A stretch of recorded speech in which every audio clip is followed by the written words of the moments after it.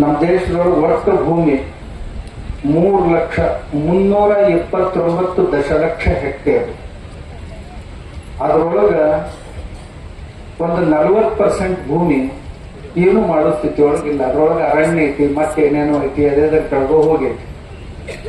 ಅರ್ಧಕ್ಕಿಂತಲೂ ಒಂದಿಷ್ಟು ಹೆಚ್ಚು ಭೂಮಿ ಸಾಗುವಳಿ ಒಳಗ ಐತಿ.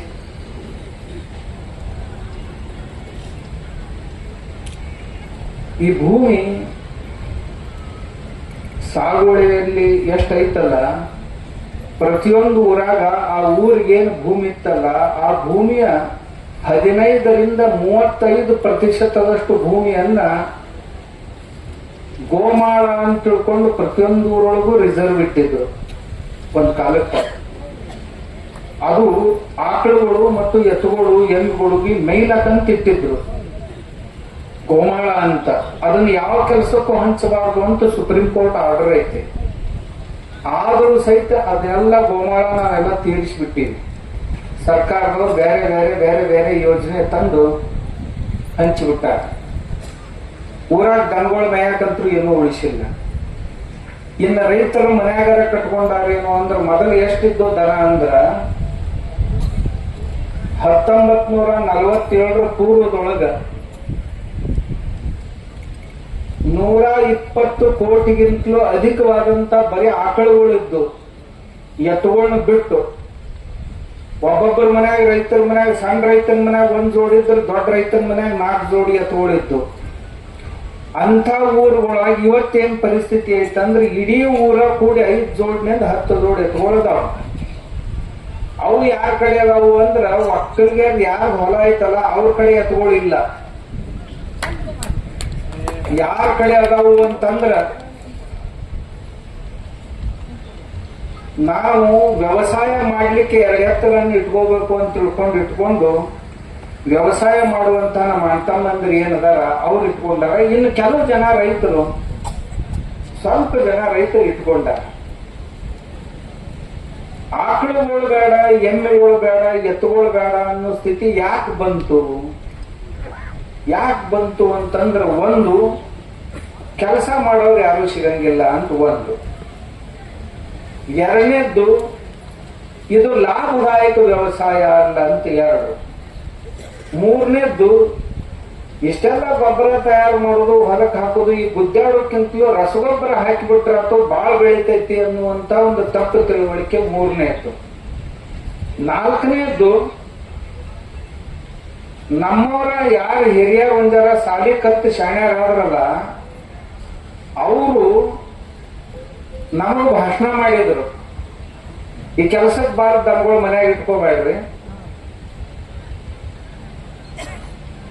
ಇದು ಅನುತ್ಪಾದಕ, ಇದು ಅನುತ್ಪಾದಕ, ಇದು ಅನುತ್ಪಾದಕ. ಉತ್ಪಾದಕ ಇದ್ದಂತ ಜಾನುವಾರುಗಳನ್ನ ಇಟ್ಕೊಳ್ರಿ, ಅನುತ್ಪಾದಕ ಜಾನುವಾರುಗಳನ್ನೆಲ್ಲ ತೆಗೆದು ಹಾಕಿಬಿಡ್ರಿ ಅಂತ.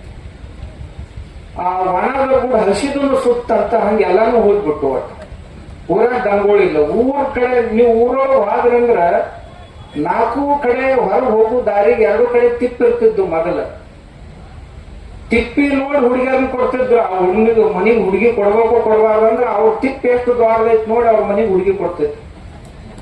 ಈಗ ಮನ್ಯಾಗ ಒಳಗೆ ಗ್ಯಾಸ್ ಬಂತು, ಬೂದಿ ಬಂದಾತು, ಪ್ಲಾಸ್ಟಿಕ್ ಬಂದು ಉಳಿದೆಲ್ಲ ಕಸ ಬಂದಾತು. ಎತ್ತುಗಳ ಮನೆಯಾಗಿಂದ ಹೋಗ್ಬಿಟ್ಟು, ಎಮ್ಮೆಗಳ ಹಸುಗಳೆಲ್ಲ ಹೋಗ್ಬಿಟ್ಟು ಸಗಣಿ ಬಂದಾತು. ತಿಪ್ಪಿನೇ ಇಲ್ಲ ಊರಾಗ. ಇನ್ನು ಯಾರ ತಿಪ್ಪಿ ಉಳ್ದೈತಪ್ಪ, ಇವನ್ ಒಬ್ಬಂದ ಉಳ್ದದ್ದು ಈಗ ಊರ್ ದಂಡಿಗೆ. ಎಲ್ಲಾ ರಸ್ತೆಗಳು ನೀವನ ಒಬ್ಬನ ಈಗ ಕಲರ್ಫುಲ್ ಮಾಡ. ದನಗಳ ಸಗಣಿ ಹಾಕಿದ್ರೆ ಯಾರು ಮೂಗು ಮುಚ್ಕೋತಿದ್ದಿಲ್ಲ. ಇವನ್ ಸಗಣಿಗೆ ಯಾರು ಮೂಗು ತೆಗೆದಿಟ್ಕೊಳಕ್ ಸಾಧ್ಯ ಇಲ್ಲ. ಏನ್ ಪರಿಸ್ಥಿತಿ ಹಿಂಗೈತೇನು ಅಂತ ಕೇಳಿದ್ರ ರೈತ ಸ್ವಲ್ಪ ತಿಳ್ಕೋಬೇಕು.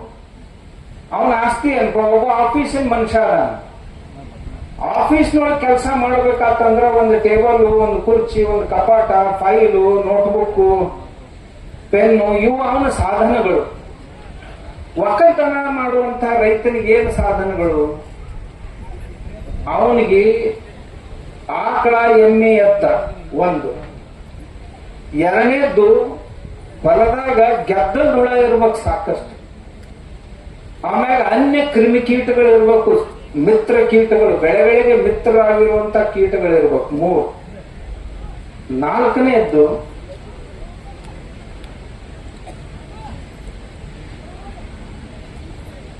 ಅವನಿಗೆ ಬೇಕಾದಂತ ನೀರು ಇರಬೇಕು.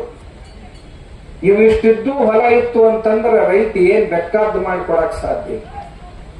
ಅವನ ಹತ್ರ ಈಗ ನೀರು ತೀರ್ಸ್ಕೊಂತ ಬಂದ, ಭೂಮ್ಯಾಗ ನೀರೇ ಇಲ್ಲ.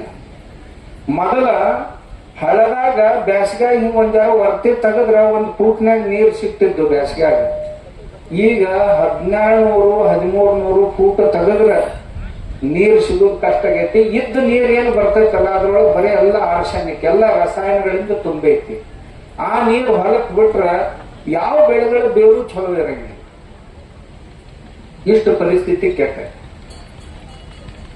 ನೀರು ಯಾಕೆ ಭೂಮಿಯೊಳಗೆ ಇಳಿಯೋದು ಅಂತಂದ್ರೆ ಇಷ್ಟೊತ್ತನ ಅವ್ರು ಹೇಳಿದ್ರಲ್ಲ ವಿಜ್ಞಾನಿಗಳು, ಮಣ್ಣಿನಾಗ ನೀರು ಹಿಡಿದಿಡುವಂತ ಸಾಮರ್ಥ್ಯ ಇರ್ಬೇಕಾಗಿತ್ತಲ್ಲ, ಅದು ಇಲ್ದಂಗಾಗೈತಿ. ಅಂದ್ರ ಸಾವಯವ ಇಂಗಾಲ ಅಂತ ಮಣ್ಣಿನ ಕಣಗಳಿಗೆ ಕಣ ಕೂಡಬಾರ್ದು, ಎರಡರ ನಡುವ ಕೊಳ್ಳ ಇರ್ಬೇಕಾಗಿತ್ತು. 1 ಕಿಲೋ ಮಣ್ಣು ತಗೊಂಡ್ರಿ ಅಂತಂದ್ರ ಅದು ಏನೂ ಇಲ್ಲ ಅಂತಂದ್ರು 200-300 ಮಿಲಿಲೀಟರ್ ನೀರನ್ನ ಹಾಕಿದ್ರೆ ಹಿಡ್ಕೊಂಡು ಇಟ್ಕೋಬೇಕಾಗಿತ್ತು. ಬಿಡಬಾರ್ದು, ಅದು ಹಿಂಗ ಹಾಕಿದ್ರೆ ಮಣ್ಣು ಹಿಡ್ಕೊಂಡು ಇಟ್ಕೋಬೇಕು. ಈಗೇನಾಗಕತ್ತೈತಿ, ಮಣ್ಣು ನೀವು ತಾಟ್ನಾಗ ತಗೋರಿ, ಅದ್ರಾಗ ನೀರ್ ಹಾಕಿದ ಕೂಡಲೇ ಕೆಳಗೆ ಹರಿದು ಹೋಗ್ಬಿಡ್ತಾರೆ. ಅಂದ್ರೆ ಆ ಮಣ್ಣು ಎಲ್ಕೋ ಕೆಲಸಕ್ಕೆ ಬರುದಿಲ್ಲ ಅಂತ ತಿಳ್ಕೊಬೇಕು. ನೀವು ಇದೇನು ಬೆಳಕ್ ಬರುದಿಲ್ಲ, ಇದು ಬರ್ಲಿಕ್ಕೆ ಯೋಗ್ಯ ಅಲ್ಲ ಅಂತ ತಿಳ್ಕೊಬೇಕು. ಇನ್ನು ಯಾವ ಮಣ್ಣು ಚಲೋಪ್ಪ, ನೀವು ಯಾವ ಮಣ್ಣಿನೊಳಗೆ ನೀರ್ ಹಾಕ್ತೀರಿ, ಹಾಕಿದ ನೀರನ್ನ ಹಿಡ್ಕೊಂಡು ಇಟ್ಕೊಂಡೈತೆ, ಅದು ಹೊರಗ ಬಿಟ್ಟಿಲ್ಲ. ಇನ್ನ ನಂಬರ್ 1 ಮಣ್ಣದ ಅದ ನಿಮ್ಮನ್ನು ಬದುಕಿಸೋದು ಅಂತ ತಿಳ್ಕೊಬೇಕು. ಮತ್ ಹಿಂಗ ಆಗ್ಬೇಕಾದ್ರೆ ಏನ್ ಮಾಡ್ಬೇಕ್ರಿ? ಈಗ ತಗೋರಿ, ನೀವು ಹಿಂಗ್ ನೀರ್ ಹಾಕ್ರಿ ಹರಿದು ಹೋಗ್ಬಿಡ್ತಾರೆ. ನಿಮ್ ಯಾರು ಬೇಕಾದ್ರೂ ಹೊಲದಾಗ ನಾ ಬಂದೆ ಅಂದ್ರೆ ಒಂದು 10-15 ಪ್ರಕಾರದ ಮಣ್ಣು ತೋರಿಸ್ತೇನೆ ನಿಮ್ಮನ್ನ. ಗಿಡದ ಕೆಳಗಿನ ಮಣ್ಣು ಬೇರೆ, ಒಡ್ಡಿನ ಮ್ಯಾಗಿನ ಮಣ್ಣು ಬೇರೆ, ಒಡ್ಡಿನ ಒಳಗಿನ ಮಣ್ಣು ಬೇರೆ, ದಿಬ್ಬಿ ಮ್ಯಾಗಿನ ಮಣ್ಣು ಬೇರೆ, ದಾರಿಯಾಗಿನ ಮಣ್ಣು ಬೇರೆ, ಬದುವಿನ ಮ್ಯಾಗಿನ ಮಣ್ಣು ಬೇರೆ, ಗಿಡದ ಕೆಳಗಿನ ಮಣ್ಣು ಬೇರೆ, ಹಿಂಗ ಬೇರೆ ಬೇರೆ ಬೇರೆನ 10-15 ಪ್ರಕಾರದ ಮಣ್ಣು ತೋರಿಸ್ತೇನೆ ನಿಮ್ಗ. ಆ ಮಣ್ಣಿನೊಳಗ ಯಾವ್ದು ಫಲವತ್ತಾದ ಮಣ್ಣಪ್ಪ ಅಂತ ನಿಮ್ಗೆ ಅನಿಸ್ಬೇಕಾಗಿತ್ತು ಅಂತಂದ್ರ ತಗೋರಿ ಒಂದ್ ತಟ್ಟಾಗ ಮಣ್ಣ ನೀರ್ ಹಾಕ್ರಿ. ಯಾವ್ದು ಹೆಚ್ಚು ನೀರು ಹಿಡ್ಕೊಂಡು ಇಟ್ಕೊತೈತಿ ಅದು ನೀರು ಚಲೋ ಅಂತ. ಇರ್ಲಿಲ್ಲ ಅಂದ್ರ ಅದು ಮಣ್ಣು ಚಲೋ ಅಂತ. ಇರ್ಲಿಲ್ಲ ಅಂದ್ರ ಅವ್ರು ಈಗ ಹೇಳಿದ್ರಲ್ಲ, ನೀವ್ ಹಿಂಗ ಬೇಕಾದಷ್ಟು ಮಳೆ ಬೀಳಿ ಹರ್ಕೊಂಡು ಹೋಗ್ಬಿಡ್ತತ್ ನೀರು. ಯಾಕಂದ್ರೆ ಮಣ್ಣಾಗ ನೀರೇ ಇಳಿಯಂಗಿಲ್ಲ. ಮಣ್ಣ ಕಾಂಪ್ಯಾಕ್ಟ್ ಆಗಿಬಿಡ್ತೈತಿ, ಹತ್ತಂಡಿ ಆಗೈತಿ. ಯಾಕೆ ಹತ್ತಂಡಿ ಅಂತಂದ್ರೆ ಆ ಮಣ್ಣಿಗೆ ಬೇಕಾದಂತ ಯಾವ ಸಾವಯವ ಘಟಕಗಳು ಅಂತ ಏನಂತೀವಿ, ಬಯೋಮಾಸ್ ಅಂತೀವಿ, ಅದು ಏನೂ ಸಿಗೋದು.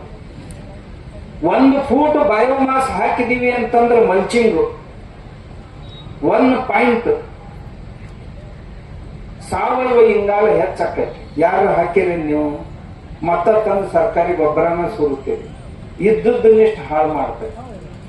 ಈಗ ಎಲ್ಲಿಗೆ ಬಂದೈತಿ ನಮ್ಮ ಸ್ಥಿತಿ ಅಂತಂದ್ರ, ನಮ್ಮ ಭೂಮಿಯೊಳಗೆ ವಿಷ ಹಾಕಿ ಬೆಳೆಯೊಳಗೆ ವಿಷ ತಗೊಂಡು ಆ ಬೆಳೆಯನ್ನ ನಾವು ತಿಂದು ವಿಷ ತಗೊಂಡು ಸತ್ತು ಹೋಗ್ಲ. ಪಂಜಾಬ್ ಒಂದ ರಾಜ್ಯದಾಗ 300 ಕ್ಯಾನ್ಸರ್ ಹಾಸ್ಪಿಟಲ್, ಒಂದೇ ರಾಜ್ಯದಾಗ 300 ಕ್ಯಾನ್ಸರ್ ಹಾಸ್ಪಿಟಲ್. ಅತ್ಯಂತ ಮುಂದುವರೆದಂತ ರಾಜ್ಯ ಕೃಷಿಯಲ್ಲಿ. ಮೊಟ್ಟ ಮೊದಲನೇದಾಗಿ ಹಾಳಾದಂತ ರಾಜ್ಯ ಯಾವ್ದಾದ್ರು ಇದ್ರೆ ಕೃಷಿ ಒಳಗೆ ಅದು ಪಂಜಾಬ್. ಅಲ್ಲಿ 35-40 ಹಾರ್ಸ್ ಪವರ್ದ ಟ್ರ್ಯಾಕ್ಟರ್ಗಳು ಮೊದಲೇನ್ ನೇಗ್ಲ ಹೊಡಿತಿದ್ವಲ್ಲ, ಅವು ನಡೆಯೋದಿಲ್ಲ ಈಗ. ಈಗ 70 horse power 100 horse power tractor ಇದ್ರೆ ಮಾತ್ರ ನೇಗ್ಲ ಹೊಡಿಲಾಕ ಸಾಧ್ಯ. ಆ ನಮ್ನೆ ಬಂಡಿ ಬರ್ತೈತಿ, ಭೂಮಿ ಹಾಳಾಗಿ ಹೋಗೈತಿ, ಏನು ಉಳಿದಿಲ್ಲ. ಅದಕ್ಕೆ ಕಡಿಮೆ ಅಂತ ಏನು ಅಂತಂದ್ರ ಮತ್ತ ಈ ಗಾಂಜಾ, ಚರಸ್ಸು, ಅಫೀಮು ಕೊಟ್ಟು ಆ ಕೃಷಿ ಮಾಡೋ ಹುಡುಗರನ್ನು ಕೆಡಿಸಿಬಿಟ್ಟಾರ ಪಾಕಿಸ್ತಾನದವರು.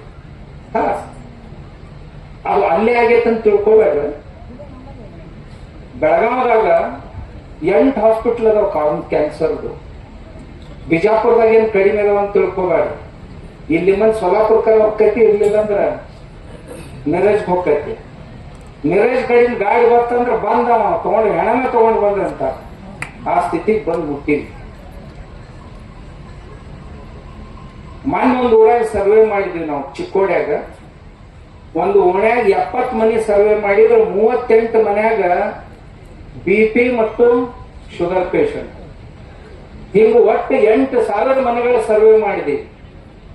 8,000 ಮನೆ ಸರ್ವೆ ಮಾಡಿದ್ರೆ 70 ಮನೆಗೆ 38 ತನ ಆ ಮನ್ಯಾಗ BP ಅವರು ಅದಾರ, ಶುಗರ್ ಅವರು ಅದಾರ.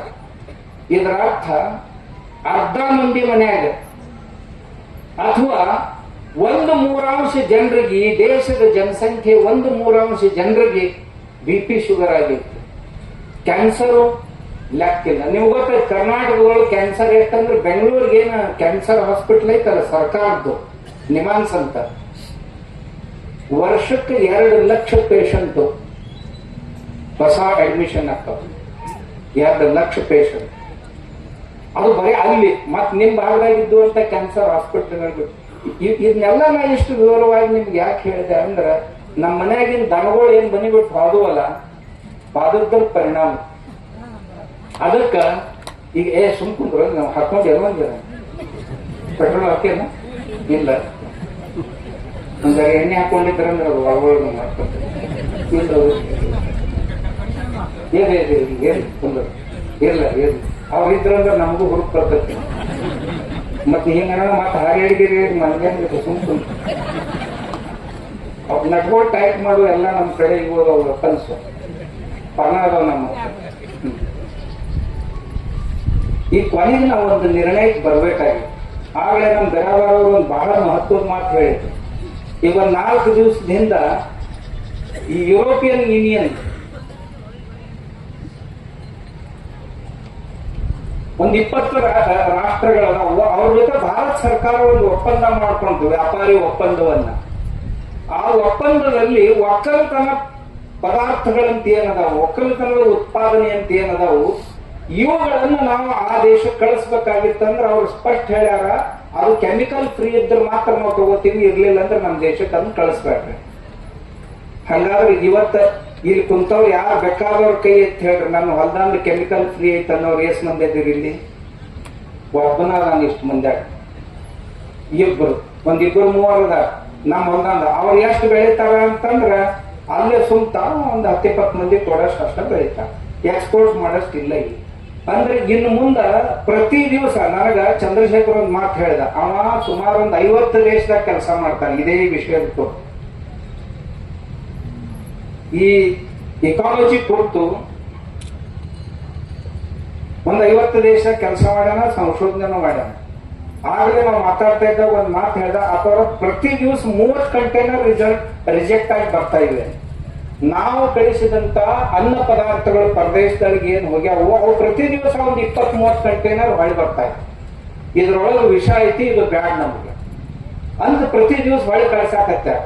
ಇದರ ಅರ್ಥ ಏನಾತಪ್ಪ, ನಾವು ಬೆಳೆದು ಒಯ್ದಿನ ಸಮುದ್ರಕ್ಕೆ ಹಾಕ್ಬೇಕಲ್ಲ. ಇನ್ನು ಅದು ರಿಜೆಕ್ಟ್ ಆದ ಮಾಲು, ಅತಿ ವಿಷ ಇದ್ದಂತ ಮಾಲು ಎಲ್ಲಿ ಹೋಗ್ತೈತಂದ್ರೆ ಅದನ್ನ ಖರೀದಿ ಮಾಡ್ತಾರೆ ಸರ್ಕಾರದವರು. ಗೋಧಿ ಅಕ್ಕಿ ಖರೀದಿ ಮಾಡಿ ನಿಮ್ಗೇನ್ ಪುಕ್ಕಟ್ ಐತಲ್ಲ, ಈ ಪುಕ್ಕಟದಾಗ ಬರೋ ಮಟೀರಿಯಲ್ ಎಲ್ಲ ಅಂತದ, ಅದ್ರೊಳಗೆ ವಿಷ ಇಷ್ಟು ತುಂಬೈತಿ ನಿಮ್ಗೆ ಹೇಳ್ತೇನೆ. ನೋಡಕ್ ಬಾಳ ಚಂದ ಕಾಣ್ತಾವ, ಅಕ್ಕಿ ಗೋಧಿ ನೋಡಕ್ ಬಾಳ ಚಂದ ಕಾಣ್ತಾವ. ಅವನು ನೀವು ಒಂದು ವೇಳೆ ಲ್ಯಾಬ್ ಟೆಸ್ಟ್ ಮಾಡಿದ್ರಿ ಅಂತಂದ್ರೆ ತಿನ್ನಬೇಕು ಅಂತ ಅನಿಸ್ಬಾರ್ದು.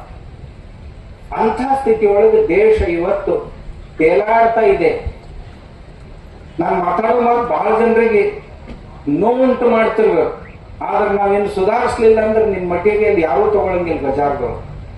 ನೀವು ಬೇಕಾದ ಬೆಳಿ. ಇಷ್ಟೇ ಅಲ್ರಿ, ನೀವೇನ್ ಹತ್ತಿ ಬೆಳೆಯಕ್ ಹತ್ತಿರಲ್ಲ, ಆ ಹತ್ತಿಯಿಂದ ತಯಾರು ಮಾಡಿದಂತ ಬಟ್ಟೆ ಉಟ್ಕೊಂಡ್ರೆ ಚರ್ಮ ರೋಗ ಆಗಕ್ ಹತ್ಯಾವ.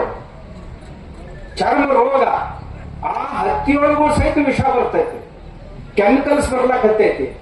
ಅದರಿಂದ ತಯಾರಾದಂತ ಬಟ್ಟೆಗಳನ್ನು ಉಟ್ಕೊಂಡ್ರೆ ಚರ್ಮ ರೋಗ ಆಗತ್ತೈತಿ. ನೀವೇನು ಕಬ್ಬು ಬೆಳೆದಿರಲ್ಲ, ಈ ಕಬ್ಬಿನಿಂದ ತಯಾರು ಮಾಡಿದಂತ ಬೆಲ್ಲ ತಿಂದು ರಾಜಸ್ಥಾನ ಗುಜರಾತದ ಒಂಟೆಗಳಿಗೆ ಮೈಮ್ಯಾಗ ತೊಂದ ರೋಗ ಆಗಕ್ ಶುರುವಾಗೈತೆ. ಅವರು ಅಂತಾರ ತೊಂದ ರೋಗ. ಅದು ಮೊದಲ ಕೆಮಿಕಲ್ದಾಗ ಬೆಳೆದ ಕಬ್ಬ, ಅದ್ರಾಗ ಮತ್ ಸಕ್ಕರೆ ಹಾಕಿ ತಯಾರು ಮಾಡುದು. ಬೆಲ್ಲ ಹೆಂಗ್ ತಯಾರು ಮಾಡ್ತಾರೆ ನಿಮ್ಗೆ ಗೊತ್ತೈತಲ್ಲ ಎಲ್ಲ. ನನಗೆ ಗೊತ್ತೈತಿ ನಮ್ಮ ರೈತರ ಬೆಲ್ಲ ಹೆಂಗ್ ತಯಾರು ಮಾಡ್ತಾರ. ಅದು ಮನುಷ್ಯ ತಿನ್ನೋ ಬೆಲ್ಲ ಅಲ್ಲ. ಆದ್ರೂ ನೀವು ಅಂಗಡಿಯಾಗಿಂದ ಖರೀದಿ ಮಾಡ್ಕೊಂತ ತಿಂತೀರಿ. ಸಿಮೆಂಟ್ ಹಾಕ್ತಾರಿ ಗಟ್ಟಿ ಆಗ್ಲಂತ, ಬೆಲ್ದಾಗ ರಾ ಶುಗರ್ ಕಚ್ಚಾ ಸಕ್ಕರೆ ಹಾಕ್ತಾರ್ರಿ. ಒಂದ್ 200 ಲೀಟರ್ ಕಬ್ಬಿನ ರಸ 7 ಕ್ವಿಂಟಲ್ ಸಕ್ಕರೆ 45 ನಿಮಿಷನಾಗ ಬೆಲ್ ತಯಾರ. ಯಾವ ಬೆಲ್ ತಯಾರಾಗಬೇಕಾದ್ರೆ 900ರಿಂದ 1000 ಲೀಟರ್ ಕಬ್ಬಿನ ರಸ ಬೇಕು. ಕನಿಷ್ಠ 2.5 3 ತಾಸು ಕುದಿಸ್ಬೇಕು. ಅದು ಬರೀ 45 ನಿಮಿಷ ಕುದಿಸಿದ ಕೂಡಲೇ ಈ ಸಕ್ಕರೆ ಹಾಕಿ ಅದನ್ನ ತಿಂದವ್ರು ಬದುಕವ್ರು ಹೆಂಗ್ ಹೇಳ್ರಿ ನನಗೆ. ನಿಮ್ಮ ರಕ್ತ ಗಟ್ಟಿ ಆಕೈತಿ, ಗಟ್ಟಿಯಾಗಿ ಬ್ಲಡ್ ಪ್ರೆಷರ್ ಶುರು ಆಗ್ತೈತಿ. ಆಮ್ಯಾಗ heart blockage, kidney blockage, brain block ಆಗಿ ಪ್ಯಾರಲಿಟಿಕ್ ಆಗ್ತಾವ, ಅಂದ್ರೆ ಅರ್ಧಾಂಗ ವಾಯು ಆಗ್ತೈತಿ, ಹಾರ್ಟ್ ಅಟ್ಯಾಕ್ ಬರ್ತಾವು, ಆಮ್ಯಾಗ ಕಿಡ್ನಿ ಫೇಲ್ಯೂರ್. ಈಗ ನೋಡ್ರಿ ನೀವು ಊರಿಗೆ ಮೊದಲು ಬಿಜಾಪುರ ಒಂದು ಡಯಾಲಿಸಿಸ್ ಮಷಿನ್ ಇರ್ಲಿಲ್ಲ. ಡಯಾಲಿಸಿಸ್ ಮಾಡ್ಬೇಕಾದ್ರೆ ಮಿರೇಜ್ ಹೋಗ್ಬೇಕಾಗಿತ್ತು. ಈಗ ಬಿಜಾಪುರದಾಗ 10 ಡಯಾಲಿಸಿಸ್ ಸೆಂಟರ್ ಆಗ್ಯಾವ. ಇದರ ಅರ್ಥ ಏನ್ ಸುಧಾರಿಸೈತೆ ಅಂತೀರ? ನಮ್ಮ ಪ್ರಕೃತಿ, ನಮ್ಮ ಸಮಾಜ ಏನು ಸುಧಾರಿಸ ಹದಗೆಟ್ಟು ಎಲ್ಲ ಹೋಗಿ ಇದನ್ನ ನಾವು ಯಾರ ಮ್ಯಾಗಾರ ನುಗ್ಸಾಕ್ ಬರಂಗಿಲ್ಲ. ರೈತರು ದಯವಿಟ್ಟು ಕೇಳ್ರಿ ನೀವು. ಇದೆಲ್ಲದರ ಮೂಲ ಹುಡ್ಕೊಂತ ಹೋದ್ರೆ ನಮ್ಮ ಕಾಲ ಕೆಳಗ ಬರ್ತದೆ. ಅದಕ್ಕೆ ದಯವಿಟ್ಟು ರೈತರು ಎತ್ತುಗಳನ್ನ ಸಾಕ್ಬೇಕು. 2 ಎತ್ತು ಮನ್ಯಾಗ ಇರ್ಬೇಕು, 2 ಎಮ್ಮೆರ ಇರ್ಬೇಕು, 2 ಆಕಳರ ಇರ್ಬೇಕು, ಏನಾರ ಇರ್ಬೇಕು. ಅವು ಹಂದಿ ಮಾರಿ ಏನ್ ತಂದು ಕಟ್ಟಿರಲ್ಲ ಆಕಳುಗಳು. ಅವಕ್ರ ಸಗಣಿನೂ ಕೆಲ್ಸಕ್ಕೆ ಬರುದಿಲ್ಲ, ಅವಕ್ರ ಹಾಲೂನು ಕೆಲ್ಸಕ್ಕೆ ಬರುದಿಲ್ಲ. ದಿನ ಹಾಲು ಕುಡಿರೋದ್ರಿಂದ ಮುಂದೆ 10-12 ವರ್ಷ ಮಕ್ಕಳಾಗೋದ ಬಂದಾಗ್ತಾವ. ನಿಮ್ಗೆ ಇದ್ದದ್ದು ಹೇಳ್ತೇನೆ, ನಿಮ್ಗೆ ಸರಿಯಾದ ಅನಿಸ್ಲಿ. ರೊಕ್ಕ ಬರ್ತಾವಂತ ನಿಮ್ಗೆ ಅನಿಸ್ತೈತಿ. ಏನ್ ರೊಕ್ಕ ಬರ್ತಾವಂತ ಏನು ವಿಷ ಕುಡಿದೈತೇನು, ವಿಷ ತಿನ್ನೋದೈತೇನು ಲೆಕ್ಕ ಹಾಕ್ರಿ ನೀವು. ಎಮ್ಮೆ ಹಾಲು ಕುಡಿದ್ರೆ ಅಡ್ಡಿ ಇಲ್ಲ. ಒಂದೇ ಎಮ್ಮೆ ಹಾಲಿಗೆ ಏನ್ ಬಾಳ ದೊಡ್ಡದು ಆಗುದಿಲ್ಲ. ಏನ್ ಒಂಜಾರ ಮಡ್ ಐತಿ, ಅದರ ಹಾಲು ದಿನ ಕೊಡ್. ನಾನು ಎಮ್ಮೆ ಹಂಗ ಒಂಜಾರ ಮಡ್ ಹಾಕ್ತಾರ, ಅದ್ರ ಸಾಯ್ದಲ್ಲ. ಮಡ್ ಹಾಕ್ತಾನೆ ಇಷ್ಟ ಸಾಯ್ದಲ್ಲ. ಆಕಳ ಚತುರ ಪ್ರಾಣಿ, ಅದರ ಸ್ವಭಾವ ಹಾಲಿನೊಳಗೂ ಇರ್ತದೆ. ಎತ್ತುಗಳ ಮನೆಯೊಳಗೆ ಬೇಕು. ಎತ್ತುಗಳಿದ್ದರೆ ಒಕ್ಕಂತ. ನನ್ನ ಹತ್ರ ಎಷ್ಟು ಇರ್ಬೇಕಂತಾರೆ ಎತ್ತುಗಳು? 500 ಅದಾವ. 500 ಆಕಳುಗಳು 1000 ಅದಾವ. ನಾನು ಒಂದು ನಂದಿ ಶಾಲೆ ಮಾಡೀನಿ, ಒಂದು ಗೋ ಶಾಲೆ ಮಾಡಿ.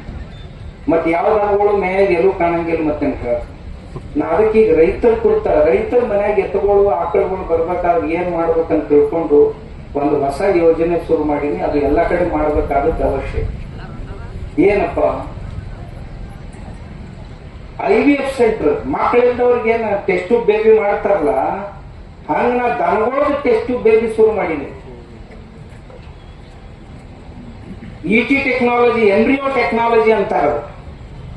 ಅಂದ್ರೆ ಚಲೋ ಹಾಲು ಕೊಡುವ ಆಕಳ, ಚಲೋ ಹಾಲು ಕೊಟ್ಟ ಆಕಳ ಕರ ಹೋರಿ ಏನಿರ್ತಕ್ಕಲ್ಲ, ಅವು 2 ಕುಡಿದು ವೀರ್ಯಾಣು ಶುಕ್ರಾಣು ತಕೊಂಡು ಒಂದು ಟ್ಯೂಬ್ನಾಗ ಹಾಕಿ ಲ್ಯಾಬೊರೇಟರಿಯಾಗ ಇಡ್ತೀನಿ. 8 ದಿವಸಕ್ಕೆ ಅದರದೊಂದು ತತ್ತಿ ತಯಾರಾಗ್ತೈತಿ, ಎಗ್.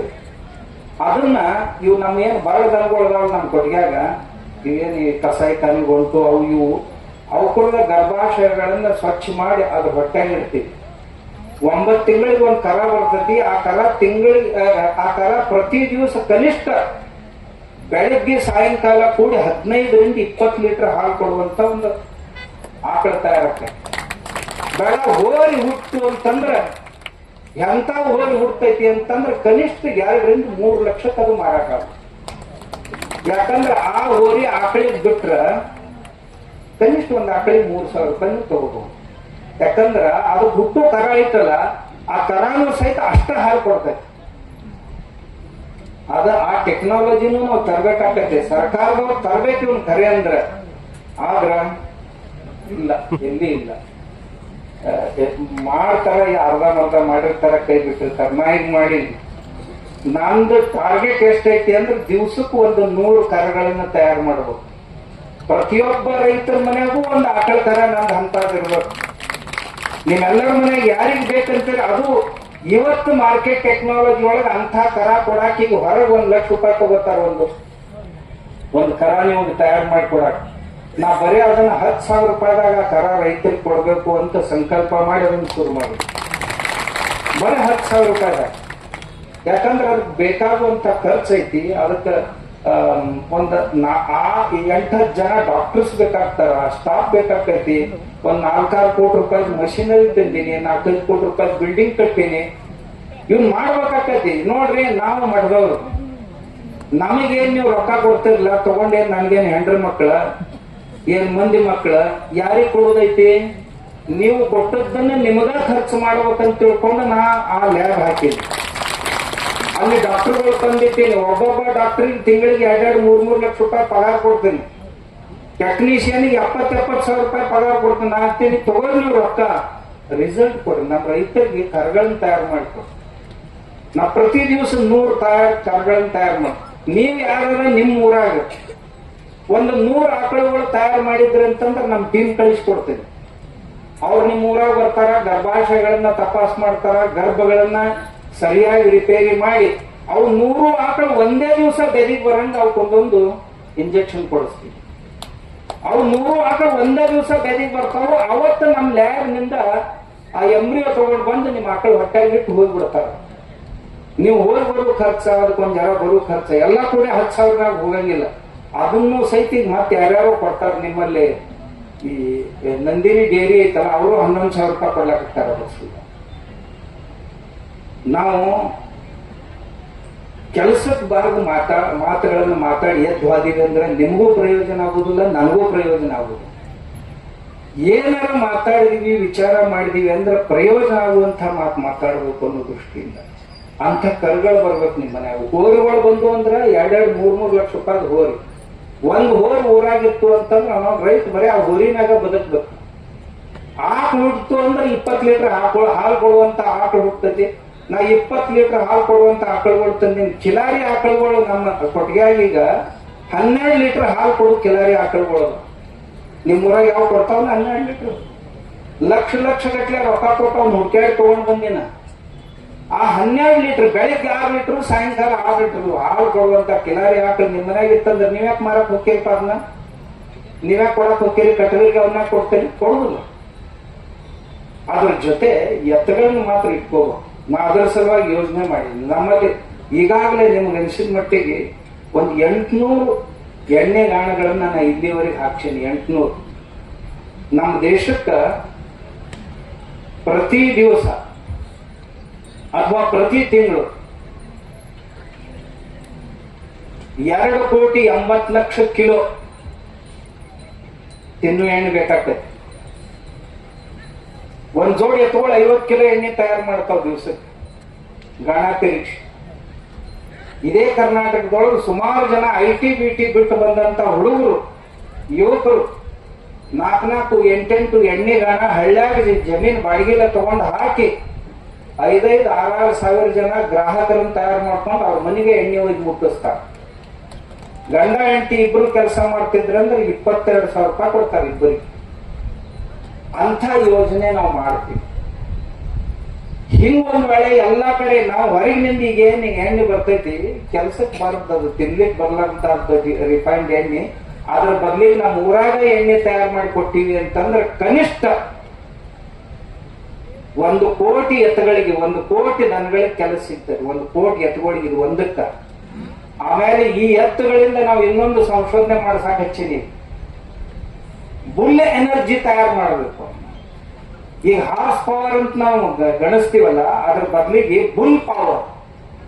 ಎತ್ತುಗಳು ತಿರುಗಿದು ಅಂತಂದ್ರ ಅದರಿಂದ ಎಲೆಕ್ಟ್ರಿಸಿಟಿ ತಯಾರು ಮಾಡಿ ಒಂದು ಜೋಡಿ ಎತ್ತುಗಳಿಂದ ಕನಿಷ್ಠ ದಿವಸಕ್ಕೊಂದು 10-20 ಹಾರ್ಸ್ ಪವರ್ ಲೈಟ್ ತಯಾರು ಮಾಡಿದೀವಿ ಅಂದ್ರ ಆ ಎತ್ತುಗಳು ಪ್ರತಿ ದಿವಸ ಅವು ಉಂಡು ತಿಂದು ಇನ್ನ ಅದಕ್ಕಿಂತಲೂ ಹೆಚ್ಚು ರೊಕ್ಕ ಮಾಲಕ್ಕೆ ಕೊಡ್ತಾವ. ಮತ್ ಸಗಣಿ ಹೋಗ್ತೈತೆ, ಸಗಣಿಯಾಗ ಮೇವು ಹೋಗ್ತೈತಷ್ಟ.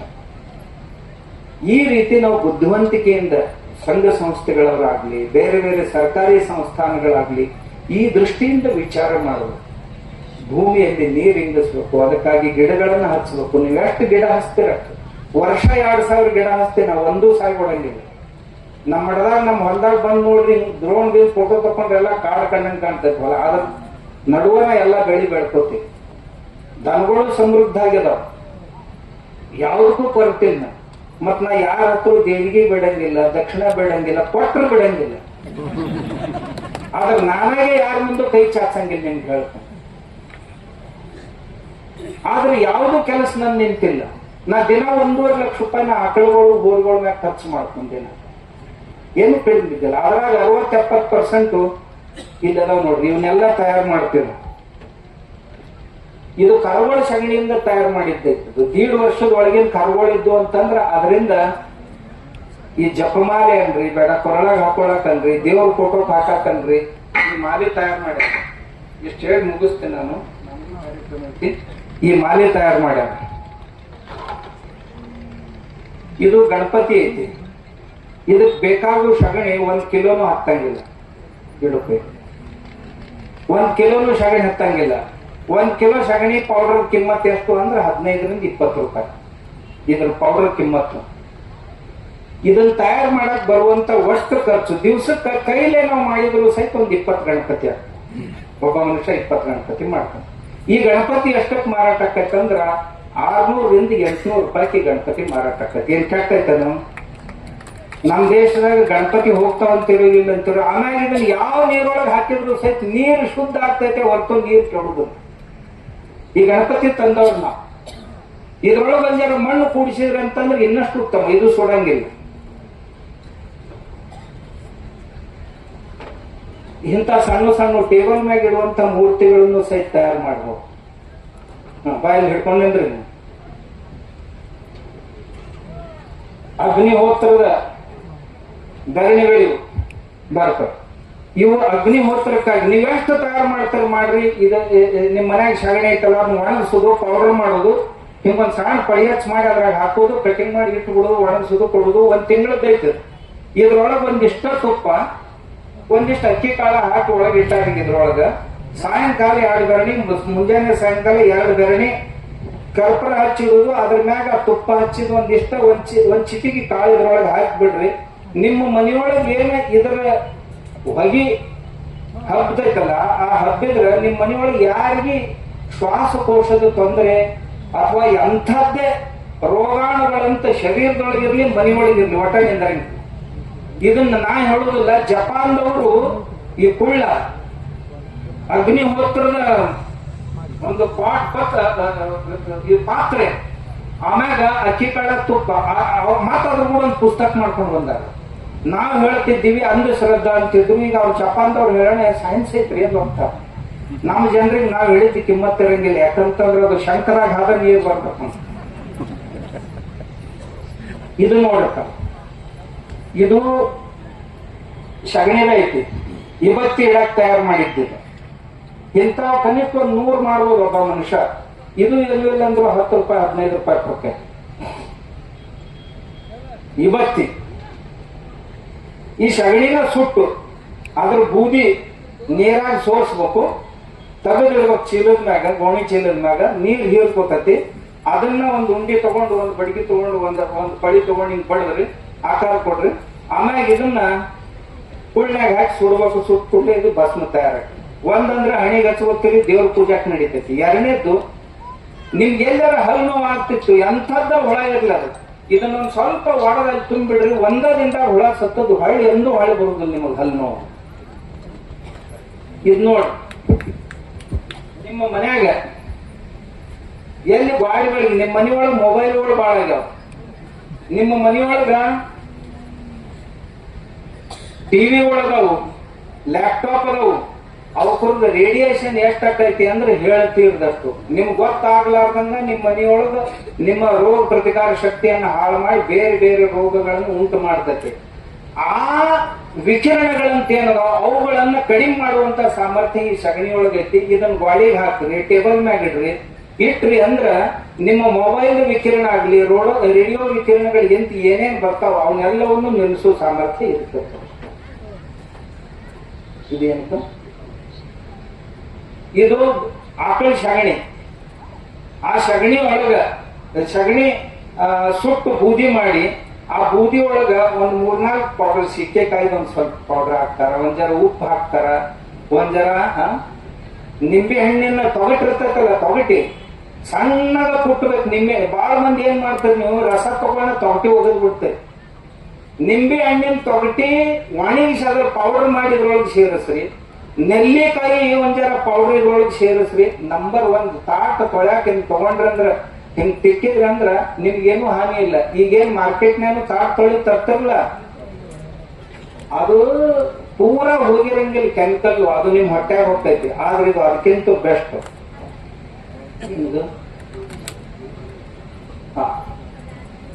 ಗಿಣ್ಣದ ಹಾಲಿನ ಪೌಡರ್ ಐತಿ.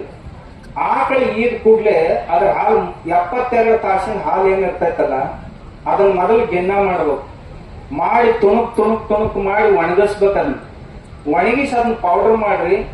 ಯಾರಿಗೆ ಕ್ಯಾನ್ಸರ್ ಐತಿ, HIV ಆದವರು, ಪಾಸಿಟಿವ್ ಇದ್ದವರು, ಆಮೇಲೆ ಏಡ್ಸ್ ಆದವರು, ಆಮೇಲೆ ಈ ಕ್ರಾನಿಕ್ ಡಿಸೀಸಸ್ ಅಂದ್ರೆ ಹಳೆ ರೋಗಗಳು ಯಾರಿಗೆ ಅದಾವಲ್ಲ ಅವರು ಒಂದಿಷ್ಟ ಬೆಳಿಗ್ಗೆ ಸಾಯಂಕಾಲ ಖರೆ ಅಂದ್ರೆ ಇನ್ ಕ್ಯಾಪ್ಸೂಲ್ನಾಗ ತುಂಬ ಬೆಳಿಗ್ಗೆ ಒಂದು ಸಾಯಂಕಾಲ ಒಂದು ತಗೊಂಡ್ರಂತಂದ್ರ ಆ ಹಳೆ ರೋಗಗಳೆಲ್ಲ ಹೋಗ್ತಾವ.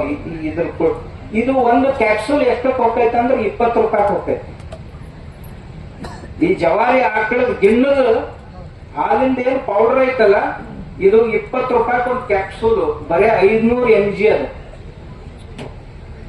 ಇದೇನು ಸಗಣಿ ಸುಟ್ರಿ ಅಂತಂದ್ರ ಅದರಿಂದ ಏನ್ ಬೂದಿ ತಯಾರಾಕತಿ. ಆ ಬೂದಿ ಒಳಗೆ ಒಂದಿಷ್ಟು ಉಪ್ಪ, ಇನ್ನೊಂದ್ 2-3 ವನಸ್ಪತಿಗಳನ್ನ ಹಾಕಿದ್ರಂತಂದ್ರ ಒಂದ್ ಜರ ಪಟಗ ಹಾಕಿದ್ರಂದ್ರ ಹಲ್ಲ ತಿಕ್ಕಾಕ ಒಳ್ಳೆ ಪೌಡರ್ ತಯಾರಾಗ್ತದೆ. ಇದೇನು ಈ ತಲೆಗೇನ್ ಶಾಂಪೂ ಹಚ್ಕೋತೀರ ನೀವು, ಅದರಿಂದ ತಲೆ ಕೂದಲೆಲ್ಲ ಬೆಳಗಾಕ್ಕವು, ಕೂದಲು ಬಿಚ್ಚಾಕ್ ಶುರು ಆಗ್ತಾವ. ಗೋಮೂತ್ರ ಮತ್ತು ಸಗಣಿ ರಸ ತಗೊಂಡು ಅದ್ರೊಳಗೆ ಒಂದ್ 2-3 ವನಸ್ಪತಿಗಳನ್ನ ಹಾಕಿ ಶಾಂಪೂ ತಯಾರು ಮಾಡ್ಯಾರ. ಕಾಣಕ್ ಚಂದ ಕಾಣುದಿಲ್ಲ, ಆದ್ರೆ ಹಚ್ಕೊಂಡ್ರೆ ರಿಸಲ್ಟ್ ಚಲೋ ಕೊಡ್ತದೆ. ಕೂದಲು ಮೆತ್ತಗಾಕಾವು, ಉದುರಿದ್ದು ಅಂದ್ರೆ ಬರ್ತಾವು. ಆಮೇಲೆ ಬೆಳಗಾಗೋದು ಪ್ರಕ್ರಿಯೆ ಶುರು ಆಗಿತ್ತು ಅಂದ್ರೆ ಅದು ನಿಂದಿರ್ತದೆ. ನಿಂತ ಕಾರಣ ಕೂದಲು ಬರ್ತಾವ. ಇವು ಪಣತಿಗಳು, ಇವು ಎಂತ ಹವನ್ ಕುಂದು, ಇದೇನು ಇವು ಧೂಪ್ ಕಡ್ಡಿ. ಮನ್ಯಾಗ ಊದ್ ಬತ್ತಿ ಹಚ್ಚೋ ಬದ್ಲಿಗೆ ಊದ್ ಬತ್ತಿ ಈ ಸದ್ಯ ನೀವು ತರ್ತಿರ್ಲ, ಅವೆಲ್ಲ ಕಲ್ಲಿದ್ಲ ಬಳಸಿ ಮಾಡ್ತಾರ. ಆ ಕಲ್ಲಿದ್ಲ ಹೊಗೆಯಿಂದ ಏನು ಹೊಗೆ ಬರ್ತೈತಿ ಅದನ್ನ ಸೇವನೆ ಮಾಡಿದ್ರ ಬ್ರೈನ್ ಡ್ಯಾಮೇಜ್ ಆಗುವಂತ ಸಾಧ್ಯತೆಗಳು ಅಧಿಕ ಅದಾವ. ಅದಕ್ಕ ಮನೆಯೊಳಗೆ ಒಂದು ಸೊಳ್ಳೆ ಇರಬಾರ್ದು. ನಿಮ್ಮ ಶರೀರಕ್ಕೆ ಆರೋಗ್ಯ ಆದಾಯಕ ಅನಿಸ್ಬೇಕಾಗಿತ್ತು ಅಂದ್ರೆ ಈ ಸಗಣಿಯಿಂದ ತಯಾರು ಮಾಡಿದಂತ ಧೂಪ್ ಕಂಡಿಗಳು. ಇದೊಂದು ಸೋಪ್. ಇದು 1 ಕಿಲೋ ಸಗಣಿಯಿಂದ ಇದ್ರೊಳಗೆ ಒಂದಿಷ್ಟು ಮುಲ್ತಾನಿ ಮಣ್ಣು, ಜೇಕಿನ ಬೇರು, ಆಮ್ಯಾಗ ಒಂದ್ ಜರ ಅರಿಶಿಣ ಪುಡಿ ಇಂಥವ್ ಹಾಕಿ ಇದನ್ನ ತಯಾರು ಮಾಡ್ಯಾರ. ಎಷ್ಟಕ್ ಮಾಡ್ತಾರೆ? 50 ರೂಪಾಯಿ ಒಂದ್ ಮಾಡ್ತಾರೆ. ಇಂಥವ್ 1 ಕಿಲೋ ಸಗಣಿ ಕುಡಿಯಾಗ 50 ಹಾಕೋದು. ನಾ ಯಾಕೆ ಹೇಳಕತ್ತೀನಿ ನಿಮ್ಗಂದ್ರೆ ಮಂದಿಗೆ ಮಾರಿ ಬಿಡು, ನೀವರ ಮನೆಯಾಗ ಬಳಸ್ಬೋದು. ಆಮ್ಯಾಗ ಯಾರಿಗೆ ಟ್ರೈನಿಂಗ್ ಬೇಕಂತಿರಲ್ಲ ಆ ಟ್ರೈನಿಂಗ್ ನಮ್ಮಲ್ಲಿ ಫ್ರೀ ಆಗಿ ಕೊಡ್ತೀನಿ. ಇರು ಊಟ. ಆಮ್ಯಾಗಿಲ್ಲ ನಮ್ಮಲ್ಲಿ ಬಿಜಾಪುರದೊಳಗ ಸಿದ್ದೇಶ್ವರ ಸಂಸ್ಥೆ ಗೋಶಾಲೆ ಏನೈತಿ ಕಾಗೋಡ್ದಾಗ, ಹೌದು. ನಿಂದು ಬಿದಿರ್ಕು ಇವ ಮುತ್ತಪ್ಪ ಬಿದಿರ್ಕುಂದ ಇವ ಸರ್ಕಾರಿ ನೌಕರಿ ಮಾಡ್ತಿದ್ದ. ನೌಕರಿ ಬಿಟ್ಟು ಈಗ 4 ಮಂದಿ ಎಷ್ಟು ಮಂದಿ ಸರ್ ನಿನ್ನ ಹತ್ರ 4 ಜನ ಕೆಲಸದವರ ಅವನ ಹತ್ರ ಈಗ ಇದನ್ನ ಮಾಡಾಕ ಮಾಡಿ ತಿಂಗಳ 45,000 ರೂಪಾಯಿ ಅವ್ನು ಉಳಿತೈತಿ. ಎಲ್ಲಾರ್ದು ಪಗಾರ ಕೊಟ್ಟು ಎಲ್ಲಾ ಖರ್ಚು ಹೋಗಿ ದನಗಳನ್ನ ಸಾಕಿ ಗೊಡ ದನಗಳನ್ನ ತಂದು ಇಟ್ಕೊಂಡು ಅದರಿಂದ ತಯಾರು ಮಾಡುವಂತ ಪ್ರೊಡಕ್ಷನ್ ಮಾಡ್ತಾನೆ. ಒಬ್ಬ ಹಳ್ಳಿಯ ಮನುಷ್ಯ ಬಿದಿರ್ಕುಂದ್ಯ ಮುತ್ತಾನ ಅಂತ ಅವ ಇದನ್ನೆಲ್ಲ ಮಾಡ್ತಾನೆ. ಇದು ಬೆಲ್ಲ ಬೇರೆ ಬೇರೆ. ಇದು ಆರ್ಕ. ನಿಮ್ಗೆ ಎಲ್ಲರಿಗೂ ಗೊತ್ತೈತಿ. ಗೋಮೂತ್ರ ಏನೈತಿ ಬಾರಪ್ಪ ನಿಂದು ತಗೊಂಡು. ಇವ್ರಿಗೆಲ್ಲ ಬ್ರ್ಯಾಂಡ್ ಅಂಬಾಸಿಡರ್ ನಾನೇ ಈಗ.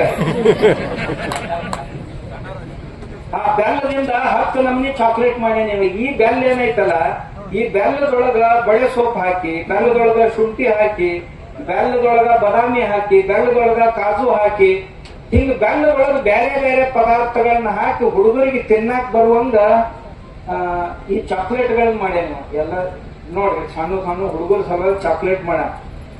ನಾವು ಕೋಕೋದು ಚಾಕ್ಲೇಟ್ ತರ್ತಿರ್ಲ, ಅದ್ರ 1 ಚಾಕ್ಲೇಟ್ನಾಗ 10 ರಿಂದ 11 ಜಿರ್ಲೆಗಳಿರ್ತಾವ. ಕೋಕೋ ಪ್ರೊಸೀಜರ್ ಕಿಟ್ಟಿವಿ ಅಂದ್ರೆ ಕಾಯಿಸ್ಲಾಕ ಆ ಜಿರ್ಲೆಗಳು ಎಲ್ಲಾಕಿರೋಲಕ್ಕ ಅವೆಲ್ಲ ಓಡಿ ಬಂದ ಅದ್ರಾಗ ಜಿಗಿದ್ ಬೀಳ್ತಾವ. ಸರ್ಕಾರ 4ಕ್ಕೆ ಪರ್ಮಿಷನ್ ಕೊಟ್ಟೈತಿ, ಆದ್ರೆ 4ರ ಕೆಲಸ ಆಗುದಿಲ್ಲ. 11 ಜಿರ್ಲೆಗಳ ಕನಿಷ್ಠ ಅದ್ರಾಗ ಇರ್ತಾವ. ಅದನ್ನ ನಮ್ಮ ಹುಡುಗರು ತಿಂತಾವ. ಆದ್ರೆ ಇದ್ರೊಳಗೆ ಏನೂ ಇರಂಗಿಲ್ಲ. ಇದು ಪೌಷ್ಟಿಕ, ಇದು ಕ್ಯಾಲ್ಸಿಯಂ ಹುಡುಗರಿಗೆ ಎಲುಬುಗಳು ಗಟ್ಟಿಯಾಗಿಗೊಳಿಸುವಂತಹದ್ದು. ಇದ್ರಾಗ ಮತ್ತು ವಿಕ್ಸ್ ಗೋಳಿ ಮನೆ ಇಂಥವರೆಲ್ಲ ನಮ್ಮಲ್ಲಿ ಇನೋವೇಟಿವ್ ಮಾಡುವಂತಹ ಜನ ಅದಾರ. ಏನ್ರವ ನೀವು ಮಾಡಿದ್ರ ನೀನು? ನಾ ಏನೋ ಹೇಳಕ್ ಹೊಂಟಿದ್ದೆ ಮತ್ ದೂರ ಬಂದೀನಿ ಅಂತ ತಿಳ್ಕೋಬೇಡ್ರಿ. ಇದೆಲ್ಲ ಎತ್ತಿನ ಸಗಣಿಲೆ ಆಗೈತಿ. ಅದಕ್ಕೆ ದಯವಿಟ್ಟು ಎತ್ತುಗಳು ಮನ್ಯಾಗ ಕಟ್ಟಿ. ಇನ್ನಷ್ಟು ಜನರು ನೀವು ಎತ್ತುಗಳು ತಗೊಂಡ್ಬರಿ, ಎತ್ತುಗಳು ನಿಮ್ಮನ್ನ ಎಂದೂ ಹಾಳು ಮಾಡುವುದಿಲ್ಲ. ಬಾಳ ಮಂದಿ ಏನಂತೀರಿ, ಮನ್ಯಾಗ ಕೆಲಸ ಮಾಡೋರ ಯಾರು ಇಲ್ರಿ ಅಂತ. ಮತ್ ನೀವೇನ್ ಮಾಡ್ತೀರಪ್ಪ, ಅಲ್ಲಿ ಬಸ್ ಸ್ಟ್ಯಾಂಡ್ ಮ್ಯಾಗ ಕುಂತ್ಕೊಂಡು ಇಡೀ ಜಗತ್ತಿನ ಪುರಾಣ ಓದ್ತಿರ್ತೀರಿ, ನಿಮಗ್ ವೇಳೆ ಇಲ್ಲ. ಯಾರು ಎತ್ತನ್ನ ಸಂಭಾಳಿಸ್ಬೇಕಾಗಿತ್ತು ಅಂದ್ರ ಒಂದು ವಾದಲಿ ಹಿಂಗ್ ಕಟ್ರಲ್ಲ, ಕಟ್ಟಿ ಮುಕ್ತ ಸಂಚಾರಕ್ಕೆ ಒಂದು ಜಾಗ ಮಾಡಿಬಿಡ್ರಿ. ಅವಕ್ಕ ಮೇವ ನೀರ ಮುಂಜಾನೆ ಹಾಕಿ ಹೋಗ್ಬಿಡ್ರಿ, ಮತ್ ಹೊಳಿ ಸಂಜೆಗೆ ಬಂದ್ ಮೇವ ನೀರು ಹಾಕಿ ತಿಂದು ಉಂಡು ಆರಾಮಾಗಿರ್ತಾವ. ನಾ ದನಗಳಿಗೆ ಹಂಗೆ ಸಾಕ್ತೇನೆ. ಕೊಡಕ್ ಶುರು ಮಾಡಿ ಕೆಲ್ಸಕ್ ಬಾರ್ದವ್ರಿಗೆ ಏನೇನೋ ಕೊಡ್ತೀರಿ, ಇದಕ್ಕ ಕೊಟ್ರಿ ಅಂತಂದ್ರ ಒಳ್ಳೇದಾಗ್ತದ. ಆಮೇಲೆ ಇವೆಲ್ಲ ನಾಳೆ ದನಗಳು ಹೊರಟು ಹೋದ್ವು ಅಂತಂದ್ರೆ ಹಿಂದಾಗಡೆ ನಿಮ್ ಹೊಲ್ದಾಗ ಬೆಳೆದದ್ದನ್ನ ಮನುಷ್ಯರು ತಿನ್ನೋದಿಲ್ಲ, ದನನೂ ತಿನ್ನೋದಿಲ್ಲ. ಆ ಸ್ಥಿತಿಗೆ ಬರ್ತೀವಿ. ಅದು ಬರೋದಕ್ಕಿಂತಲೂ ಮುಂಚೆ ಎತ್ತುಗಳನ್ನು ಉಳಿಸ್ಬೇಕು ಅಂತ ತಿಳ್ಕೊಂಡು ಈ ನಂದಿ ಸೇನೆ ಅಂತ ಒಂದು ಸಂಘಟನೆ ಮಾಡ್ಕೊಂಡು ಈ ಸಾರಿ ಇಲ್ಲಿ 1200 ಎತ್ತುಗಳು ಬಂದವು. ಮುಂದಿನ ಸಾರಿ ಯಾಕಂದ್ರ ಸರ್ಕಾರಗಳು ಅಂದು ಕೇವಲ ಸಂಖ್ಯೆಗೆ ಮಾತ್ರ. ನೀವು ಉದ್ದಕ ಸಾಷ್ಟಾಂಗ ಹಾಕಿದ್ರು ಸಹಿತ ಅವ್ರಿಗೆ ಎಂದೂ ದಯಾ ಬರುತ್ತಿಲ್ಲ. ಆದ್ರೆ ಮಕ್ಕಳ ಮಂದಿ ಸೇರಿ ನೀವು ಡಿಮಾಂಡ್ ಮಾಡಿದ್ರಂತಂದ್ರ ತಕ್ಷಣ ಕಣ್ಣು ತೆಗಿತಾರೆ. ಅದಕ್ಕೆ ಈ ಸಾರಿ 1200 ಮಂದಿ ಮಾಡಿರಲ್ಲ, ಮುಂದಿನ ಸಾರಿ ಯಾವ ಊರಾಗರ ಬಸಪ್ಪ ಎಲ್ಲದೀನಿ 10,000 ಜೋಡಿ ಕೊಡು. ನೀವ್ ಹೆಂಗಾರ ಇರ್ರಿ ಏನ ಇರ್ಲಿ, ಇದ್ದ ಸ್ಥಿತಿ ಒಳಗೆ ನಿಮ್ಮನ್ನು ಸ್ವೀಕಾರ ಮಾಡುವಂತ ಮಾನಸಿಕತೆ ನೀವು ಕುಡ್ಕೊಂಡಾರ ಇರ್ತೀರಿ. ಏನಾರ ನೀವರ ಏನ್ ಕಡಿಮೆ ಇರ್ತೀರ ಅಂತ ಹಿಂಗಿಲ್ಲ. ಕಂಡಕ್ಟಿ ಜೋಡಿ ಹೊಡಿತೀರಿ. ನೀವು ಜೋಡಿ ಹೊಡಿತೀರ ಅಂತ ನಿಮ್ಮನ್ನು ಬಿಟ್ಟರು ನಡೆಯಂಗಿಲ್ಲ. ಮತ್ ನಮಗೆ ಏನಾರ ಯಾಕೆ ಹೋಗಲಕ್ ಮಾಡಿ ಹೊಲ ಮಾಡಕ್ ಹತ್ತಿರಲ್ಲ, ಸಾಕನ್ನು ಲೆಕ್ಕಕ್ಕೆ ಬಂದಿವಿ ನಾವು. ಅದಕ್ಕೆ ನೀವು ಹೆಂಗದ್ರೆ ಹಂಗೆ ನಾವು ಸ್ವೀಕಾರ ಮಾಡ್ತೀವಿ ನಿಮ್ಮನ್ನ. ಎಲ್ಲಿ ಕರದಲ್ಲಿ ಅಷ್ಟು ಬರ್ತು ಬರ್ಲಿ.